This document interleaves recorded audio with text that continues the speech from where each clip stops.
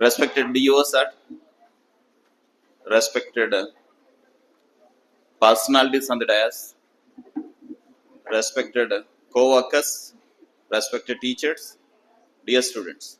Good afternoon everybody. Very good. నేను first ఒక question అడుగుతాను. ఆ క్వశ్చన్కి ఆన్సర్ చేసిన తర్వాత క్లాస్కి వెళ్దాం. ఇంతకుముందు నా సైకాలజీ క్లాస్ విన్నవాళ్ళు టీచర్స్ ఎవరు ఆ క్వశ్చన్కి ఆన్సర్ చెప్పొద్దు, మీకు ఆల్రెడీ తెలుసు.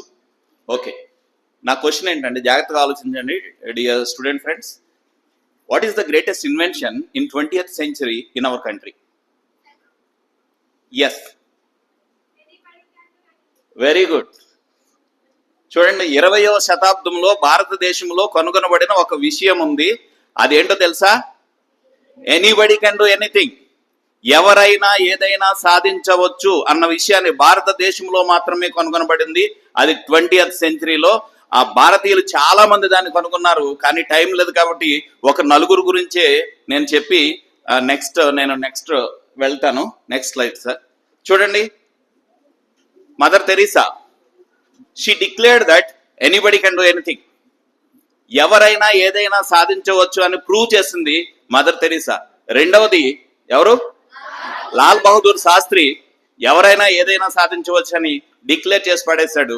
తర్వాత మూడవది డాక్టర్ బిఆర్ అంబేద్కర్, నాలుగవది ఏపీజే అబ్దుల్ కలాం. ఈ నలుగురు గురించే మాట్లాడతాను నేను. మొట్టమొదటిగా ఎవరు? Mother Teresa. మదర్ తెరీసా మన దేశస్తురాలు కాదు, జెకోస్లోవేకియాలో పుట్టింది, భారతదేశానికి వచ్చింది, కుష్ఠరోగులకు సర్వీస్ చేసింది, నర్సుగా సర్వీస్ చేస్తారు ఆమె. కలకట్టాలో ఆమె ఒక ఆశ్రమాన్ని స్థాపించి ఆ కుష్ఠరోగులకి సర్వీస్ చేయటం మొదలుపెట్టింది. ఆశ్రమంలో ఇంచుమించు 100కు తక్కువ కాకుండా కుష్ఠరోగులు ఉండేవారు ఆ రోజుల్లో. కుష్ఠరోగులకి వైద్యం చేయటం, ఆహారం పెట్టడం, ఒక హాస్టల్లో మెయింటైన్ చేసేది కుష్ఠరోగులకి అందరికీ. కానీ ఆమె దగ్గర ఫండ్ అంతా అయిపోయింది. ఒక రోజు 2-3 రోజులకు మాత్రమే ఆమెకి ఆ ఫుడ్ పెట్టడానికి అవకాశం ఉంది. తర్వాత వాళ్ళకి ఫుడ్ పెట్టే అవకాశం కూడా లేదు. అప్పుడు ఆలోచించింది ఏం చేయాలి అని. అక్కడ కలకట్ట మహారాజు గారు ఉన్నారు, ఆయన దగ్గరికి ఒక 10 మంది కుష్ఠరోగులను తీసుకుని వెళ్ళి ఆయన ఏమైనా ఫండ్ అడిగితే కొంత అమౌంట్ ఆయన ఇస్తారు, సో ఈ కుష్ఠరోగులకు సర్వీస్ కంటిన్యూ చేయొచ్చని ఆమె అనుకుని ఒక 10 మంది కుష్ఠరోగులను తీసుకుని ఆయన అపాయింట్మెంట్ తీసుకుని వెళ్ళింది. కలకట్ట మహారాజు గారు ఎలా ఉంటారో తెలుసు కదా, సింహాసనం మీద కూర్చుని ఉన్నారు. మదర్ తెరీసా మోకాళ్ళ మీద కూర్చుని దోశలు పట్టి అడుగుతుంది, అయ్యా నేను కుష్ఠరోగులకు సేవ చేస్తున్నాను, ఇదిగో చూడండి ఆ చీము కారుతుంది, చాలా గాయాలతో ఉన్నారు, అటువంటి వాళ్ళకి 100కు తక్కువ కాకుండా నేను సర్వీస్ చేస్తున్నాను, వాళ్ళకి భోజనానికి 2-3 రోజులకు మాత్రమే నా దగ్గర ఆ గ్రెయిన్స్ అవి ఉన్నాయి, ఆ తర్వాత వాళ్ళకి నేను సర్వీస్ చేసే ఆర్థిక పరిస్థితి లేదు, మీరు మహారాజులు నాకు ఎంతో కొంత సాయం చేసినట్లయితే ఈ సర్వీస్ నేను కంటిన్యూ చేస్తానంది. అప్పుడు ఆ మహారాజు ఆ కుష్ఠరోగుల వైపు చూశాడు. ఎలా ఉంటారు కుష్ఠరోగులు? మీకులా అందంగా ఉంటారా?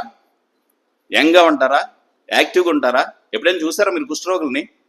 చూడలేదు. మా చిన్నప్పుడు ఉండేవారు, ఇప్పుడు క్యూర్ అయిపోయింది కాబట్టి ఇప్పుడు ఎక్కడా కనిపించట్లేదు. అయితే ఆ మహారాజా కుష్ఠరోగుల వైపు చూశాడు, చాలా అసహ్యంగా కనిపించారు. ఈయన కింగ్. అప్పుడు మదర్ తెరీసా దోశలు పెట్టుంది కదా, ఏం చేశాడు తెలుసా?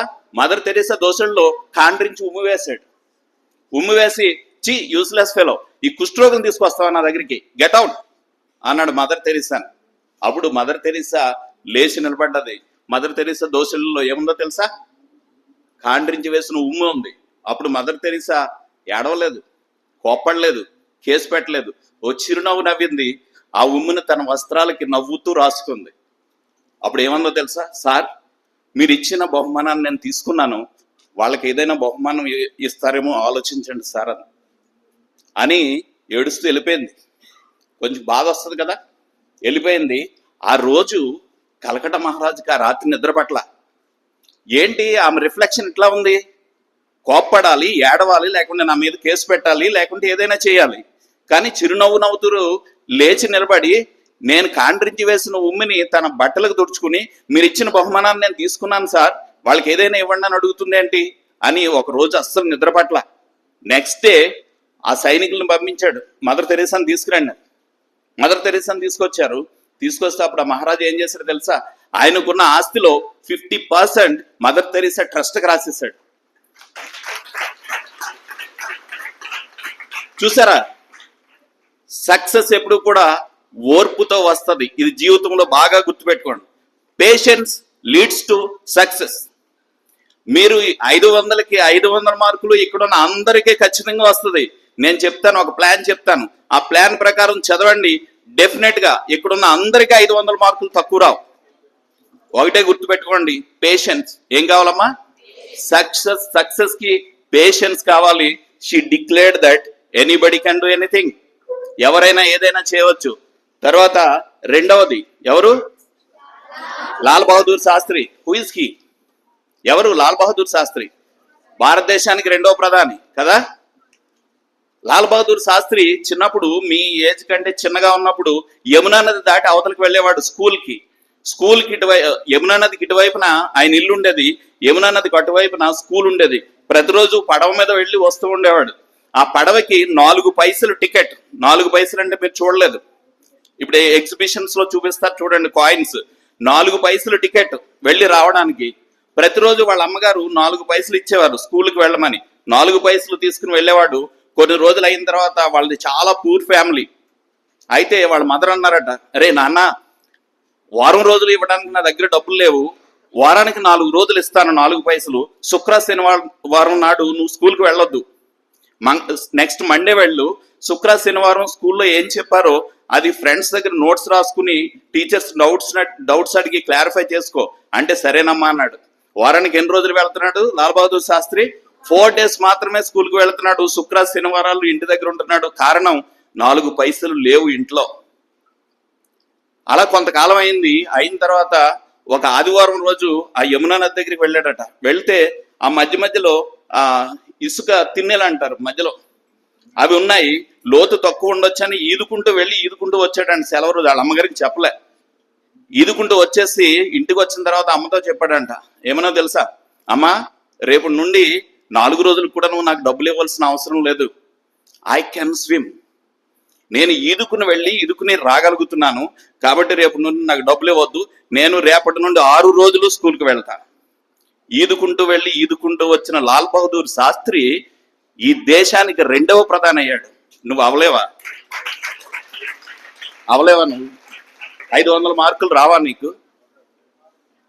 600 మార్కులు టార్గెట్ పెట్టుకుని చదవండి. Hard work never fails. గుర్తుపెట్టుకోండి, 4 రకాల వర్క్స్ ఉన్నాయి ఎవడైనా సరే చేయవలసినవి. ఫస్ట్ వన్ హార్డ్ వర్క్, రెండవది స్మార్ట్ వర్క్, మూడవది టీమ్ వర్క్, 4వది నెట్వర్క్. ఈ 4 చేయండి. అదిగో ఆ మహేష్ గారు కనిపిస్తున్నారు కదా బోర్డు మీద, అలాగే ఉంటారు మీరు కూడా భవిష్యత్తులో. Definitely you can reach the destiny that you decide. ఎన్ని వర్క్స్ రావాలి మనకి? 4 works. Hard work, smart work, team work, network. ఇవి చాలు. ఫస్ట్ది హార్డ్ వర్క్. ఫర్ ఎగ్జాంపుల్, ఒక 10 అంతస్తుల ఒక అపార్ట్మెంట్ ఉంది, బిల్డింగ్ ఉంది. 10వ అంతస్తు మీద డిఓ గారు మీకు ఒక ఛాలెంజ్ చేసి పైన కూర్చున్నారు. ఏమైనా తెలుసా? ఈ బిల్డింగ్ కి స్టెప్స్ ఉన్నాయి, లిఫ్ట్ ఉంది.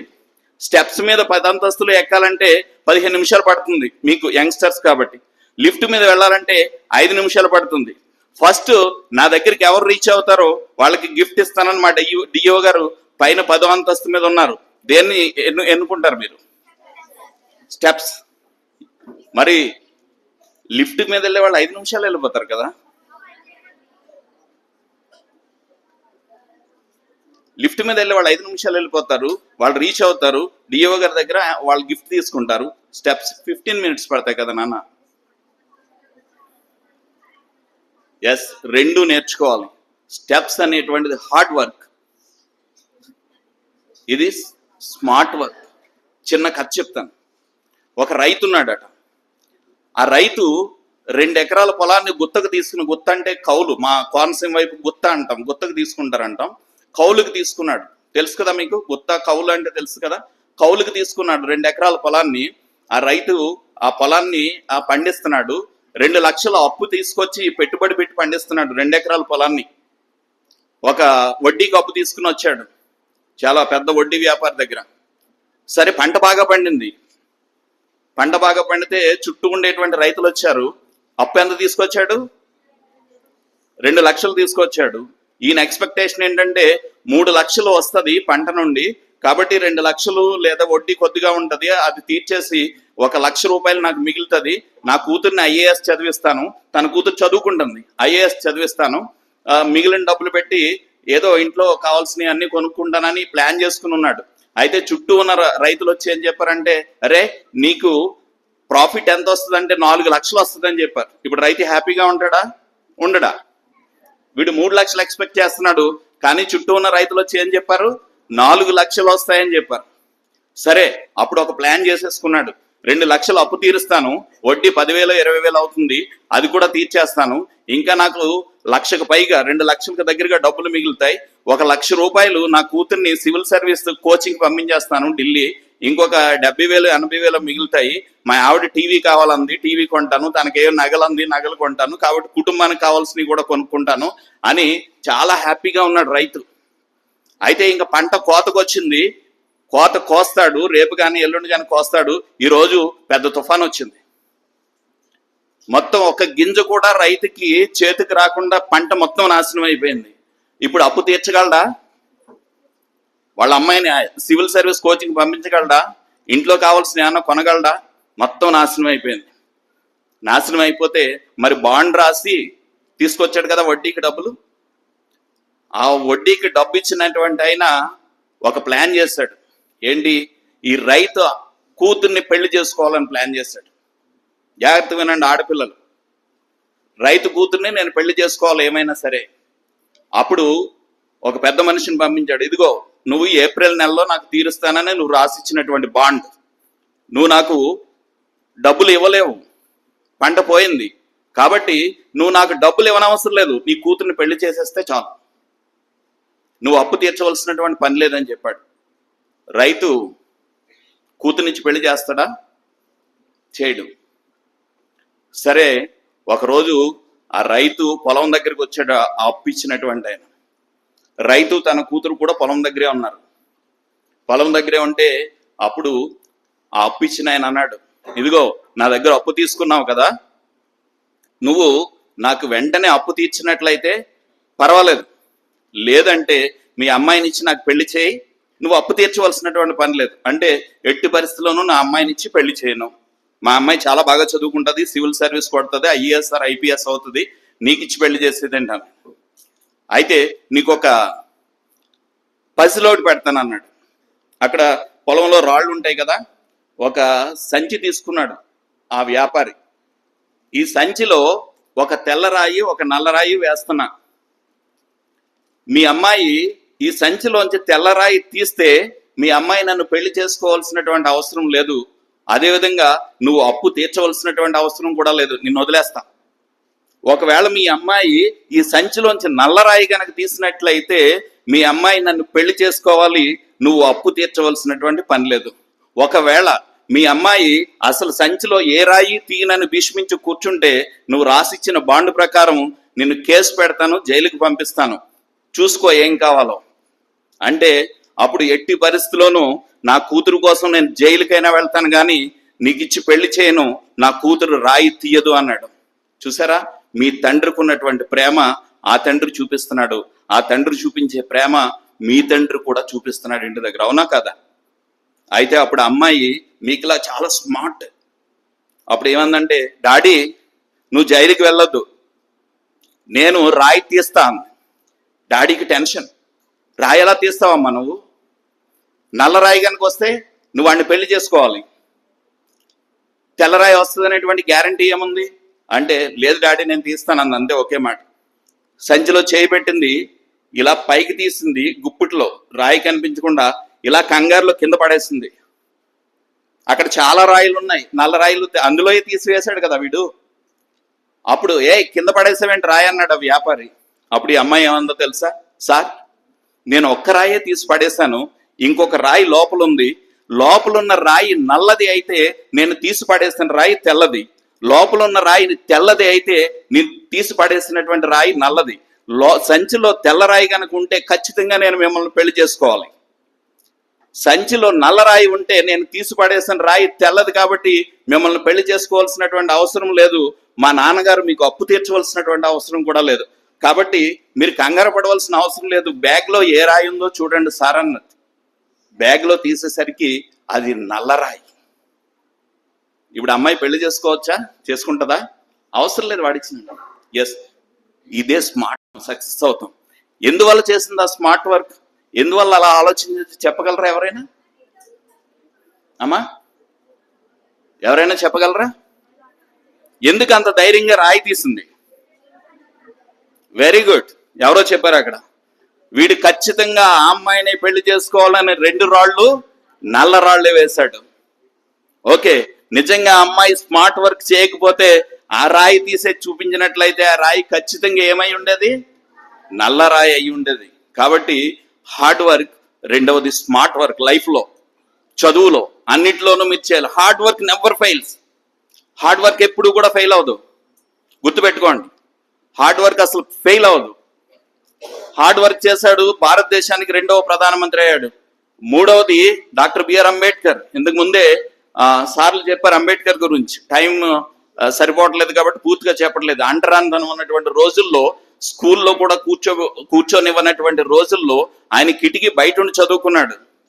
చదువుకుని ఒకటే చేశాడు, డిక్లేర్ చేసి పడేశాడు, ఎనీబడి కెన్ డూ ఎనీథింగ్, ఎవరైనా ఏదైనా సాధించవచ్చు అని డిక్లేర్ చేసి పడేశాడు. తర్వాత అబ్దుల్ కలాం గారు కదా, అబ్దుల్ కలాం గారు ఇంట్లో అత్యంత భయంకరమైనటువంటి పేదరికం. వాళ్ళ అమ్మగారు మట్టి కుండతో నీళ్లు పెట్టేవారంట.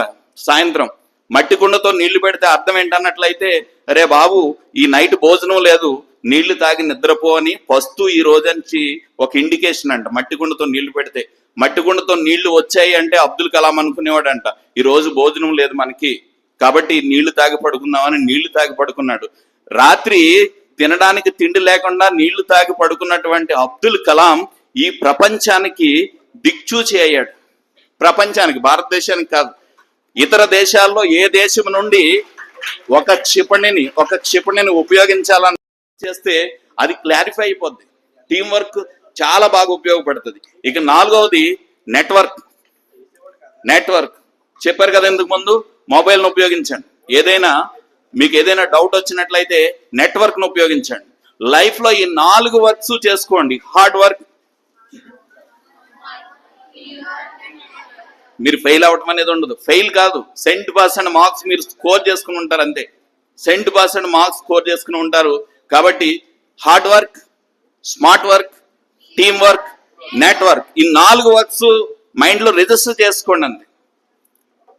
మీరు డిఓ గారు చెప్పారు 4 గంటలకు ఎంతమంది లేస్తున్నారండి. మనకు బ్రెయిన్లో, ఆర్బీసీలో సెరటోనిన్ అనేటువంటి హార్మోన్ ఉంటుంది, వినే ఉంటారు బహుశా పేరు. ఆ సెరటోనిన్ అనేటువంటి హార్మోన్ మనకి మెమరీకి ఉపయోగపడుతుంది. ఈ సెరటోనిన్ అనేటువంటి హార్మోన్ మార్నింగ్ 4 గంటల నుండి 8 గంటల వరకు చాలా పర్ఫెక్ట్గా ఉంటుంది. బయలాజికల్ రీసెర్చ్, మెడికల్ రీసెర్చ్ ప్రకారం 4 గంటల నుండి 8 గంటల వరకు సెరటోనిన్ బాగా పర్ఫెక్ట్గా ఉంటుంది. అది పర్మనెంట్ మెమరీకి ఉపయోగపడుతూ ఉంటుంది. కాబట్టి 4 గంటలకి లేవండి, ఎట్టి పరిస్థితుల్లో లేవండి. బద్ధకస్తులు అయితే 4:30కి లేవండి. నేను లేజీ ఫీల్ అంటే 4:30కి లేవండి. నేను యాక్టివ్ పర్సన్ని, మంచి స్టూడెంట్ అనుకుంటే 4 గంటలకు నిద్ర లేవండి. లేచిన వెంటనే ఇక్కడ మీరు చేసేటువంటి, మనమందరం చేసేటువంటి మిస్టేక్ ఏంటన్నట్లయితే, ఫర్ ఎగ్జాంపుల్ డిఓ గారు చెప్పారు హిందీలో చాలా తక్కువ మార్కులు వస్తున్నాయని. సో హిందీ డిఫికల్ట్గా ఉంది లేదా మ్యాథ్స్ డిఫికల్ట్గా ఉంది, లేచిన వెంటనే మ్యాథ్స్ కానీ హిందీ కానీ మీకు ఏది డిఫికల్ట్ ఉంటే అది ఓపెన్ చేసి చదివేస్తున్నారు. అదే మనం చేస్తున్నటువంటి మొట్టమొదటి పొరపాటు, గుర్తుపెట్టుకోండి. లేచిన వెంటనే డిఫికల్ట్ సబ్జెక్ట్ చదవద్దు. లేచిన వెంటనే డిఫికల్ట్ సబ్జెక్ట్ కనుక చదివితే మన న్యూరాన్స్ స్ట్రెయిన్ అయిపోయి సెరటోనిన్ లెవెల్స్ తగ్గిపోయి కార్టిసాల్ అనే హార్మోన్ పెరుగుతుంది. Tension, cortisol creates tension, tension leads to anxiety, anxiety leads to frustration, then depression, so on. ఇట్లా నెగిటివిటీ అనేటువంటిది వచ్చేస్తుంది. మీకు నా రిక్వెస్ట్, నా సజెషన్ ఏంటన్నట్లయితే, లేచిన వెంటనే డిఫికల్ట్ సబ్జెక్ట్ ఎట్టి పరిస్థితుల్లో ఓపెన్ చేయవద్దు. First one. రెండవది, మీకు ఈజీగా ఉండేటువంటి సబ్జెక్ట్, మీకు కొన్ని ఫేవరెట్ సబ్జెక్ట్స్ ఉంటాయి. అవుట్ ఆఫ్ 6 సబ్జెక్ట్స్లో నాకు so and so subject favourite అని చెప్తుంటారు కదా. ఫేవరెట్ సబ్జెక్ట్ ఏదైతే ఉందో ఈజీగా ఉండేటువంటి లెసన్ తీసుకుని ఓపెన్ చేసుకుని చక్కగా 15 to 20 minutes చదువుకోండి. లేచిన వెంటనే 15 to 20 minutes, 20 minutes చదివిన తర్వాత ఒక 5 minutes రిలాక్స్ అవ్వండి. అప్పుడు డిఫికల్ట్ సబ్జెక్ట్ ఏదో డిఫికల్ట్ సబ్జెక్ట్ తీసుకుని చదవండి. డిఫికల్ట్ సబ్జెక్ట్ తీసుకుని చదివినప్పుడు జస్ట్ చదివేయకండి. కొంతమంది లౌడ్ రీడింగ్ చేస్తారు, కొంతమంది సైలెంట్ రీడింగ్ చేస్తారు మీలో కదా. లౌడ్ రీడర్స్ ఉంటాం, మనలో సైలెంట్ రీడర్స్ ఉంటాం. అయితే ఈ రెండు తప్పే.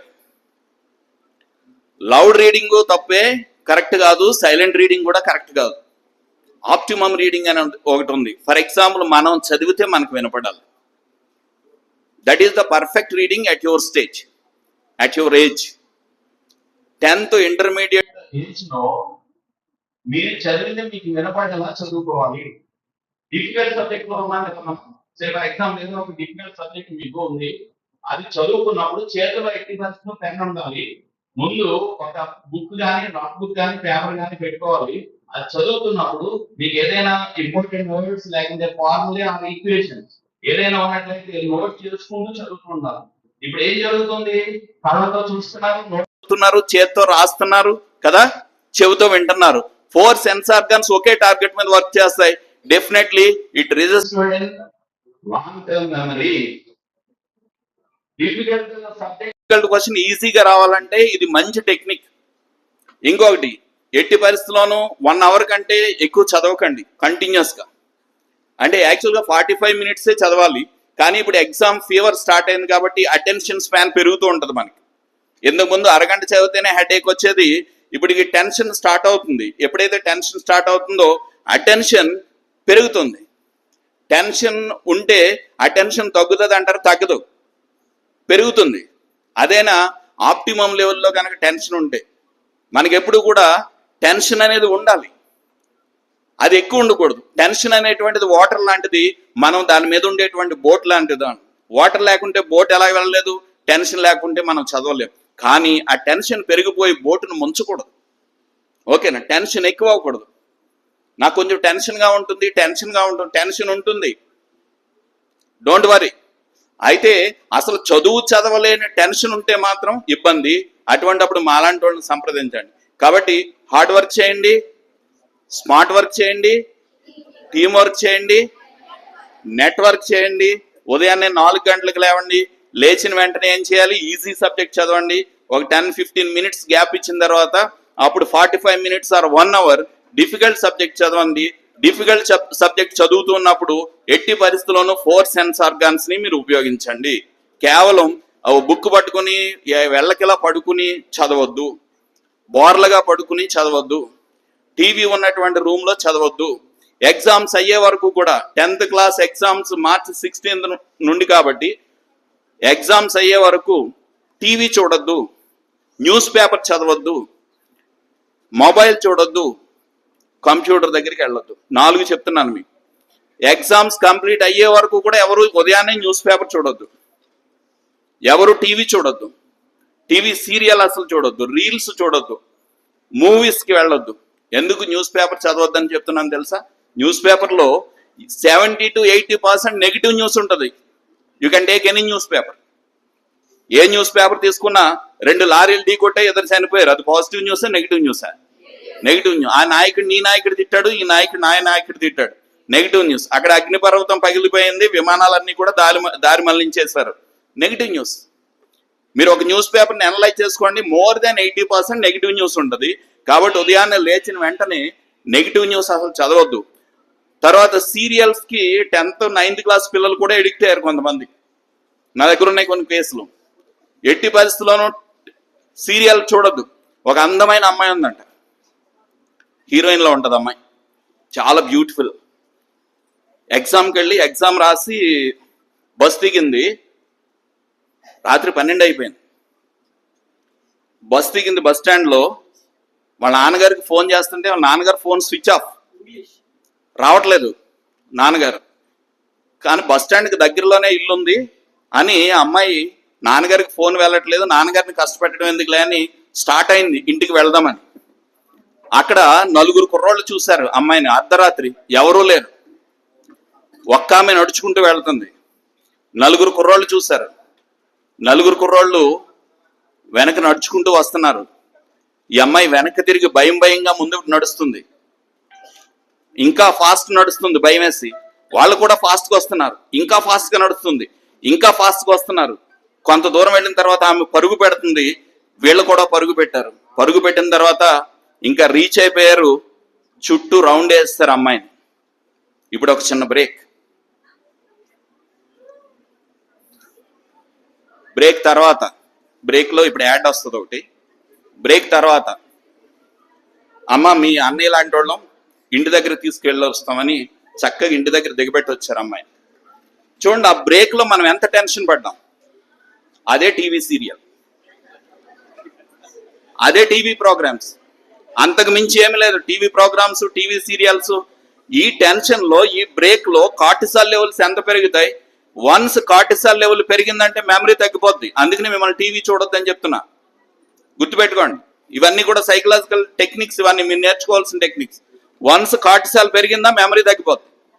కాబట్టి న్యూస్ పేపర్, టీవీ ఇటువంటి వాటికి అసలు జోలికి వెళ్ళొద్దు. అసలు వెళ్లకుండా జాగ్రత్త పడండి మీరు, ఓకేనా? తర్వాత సార్, ఓకే, చూడండి,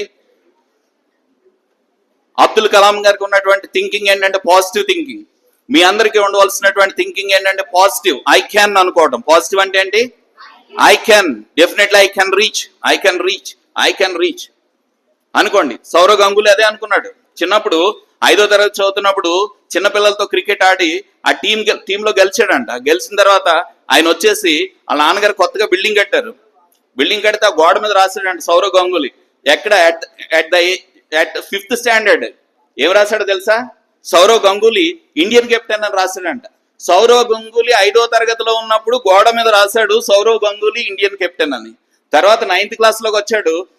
స్కూల్స్ లో ఈ క్రికెట్ ఆడుతుంటే అప్పుడు కూడా వాడి టీం గెలిచిందంట.